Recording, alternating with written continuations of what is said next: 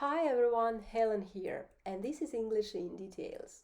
Today we're gonna talk about some of the phrasal verbs that can be used with the verb get, which is arguably one of the most frequently used verbs in English. Certainly there's a great number of phrasal verbs with get, but today we're gonna look at the ones that are used most frequently and their essential meanings. So let's get started. Number one, to get through means to cope with something, to endure or survive something. For example, we can say that we get through an unpleasant or difficult situation. A divorce, for example. How did you get through it? Or we can get through an exam.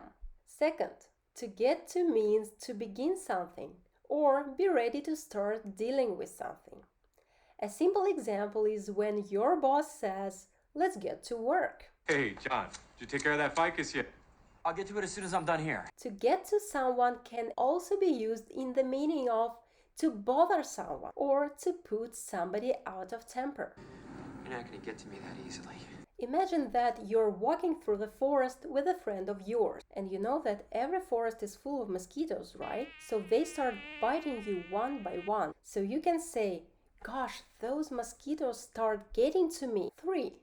To get off or get away with means to avoid something unpleasant or escape from something negative. For example, he was threatened to be kicked out of school, but he got off with a warning.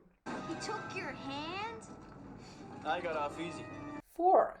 To get over with means to finish something. Remember your cruel boss? So he says you can't go out until you get over with your work. You don't have to do this. Hey, it's okay, I'll play a little game, get it over with, save it ends for me.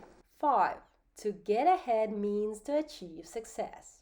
For example, a famous quote by Mark Twain sounds as follows: "The secret of getting ahead is getting started." There's also an idiom to get ahead of oneself, which means to run before the hounds. In other words, if you get ahead of yourself, it means that you start doing something too early. For example, a young man proposes to his girlfriend on their first date. So the girl doesn't think it's a good idea. And so she can say, "I'm afraid we're getting ahead of ourselves." I think we're getting a little ahead of ourselves here. And don't forget that get can also be used as a verb of motion. To illustrate this, let's look at the most common examples. So you can get on or off a bus, a train, a plane, or a boat. But you can get in or out of a car. To get up means to rise to one's feet or to rise from bed. You can get to a place, which means you arrive at a place. Or you can get back, which means that you return. Then you can get over something, a fence maybe, and then finally get through. Perhaps a good example here is the bullet got through the wall. Phrasal verbs make your speech less formal and you sound more natural, like native speakers. So I encourage you to practice the use of phrasal verbs as often as you can. You can start right now by leaving your examples of using phrasal verbs with get in the comments below. Thanks for watching this video. If you like it, please give it a thumbs up. See you soon. Bye bye.